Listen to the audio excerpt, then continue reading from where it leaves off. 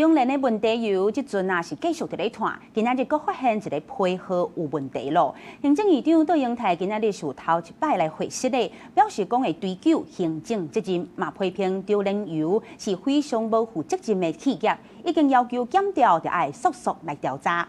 台北市長蔣萬安是指期講中央骹手慢蹲，甚至啊在調查的時攏甲責任撒予業者，號召民眾就愛上街頭自救，嘛呼籲總統愛回釋咧。呼籲講啊，這杜英台愛落台負責。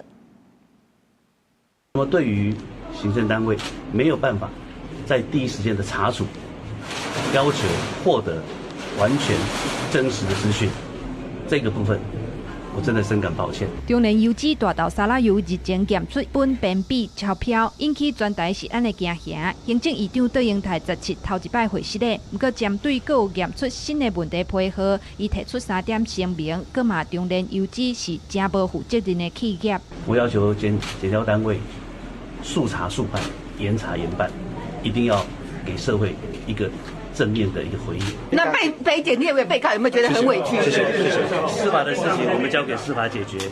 面對行政單位無通的有效查詢，杜英台嘛表示會追究行政責任，只是對各幾萬來的抱歉，那樣敢若是無要接受。有哪位發要愛伊落台，累個定做。民進黨是出來講話，認為食安袂當靠喙瀾相戰，重點是要趕緊完備通報制度。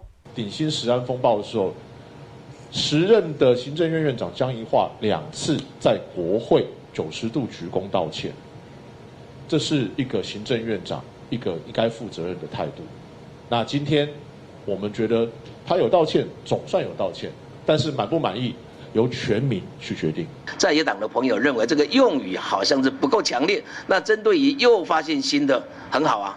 發現新的以後，這個態度來道歉，我是覺得非常好啊。但重點是要把這個漏洞給補上來。整個食安法如何去做一個修訂，這個就非常重要了。台北市長蔣萬安17時赴立法院拜會國民黨團，伊質疑杜院長簡單替一個問題配合來回釋咧。不過為4月到6月已經有偌濟批的問題都由風食了腹肚。佫有1月到3月，敢講到真正無問題，不滿中央慢吞吞。蔣萬安表示，人民必須採取自救的行動，呼籲民眾徛起哩街仔頭，重申總統賴清德應該要回釋的，啊那杜院長應該要落台負責。記者綜合報道。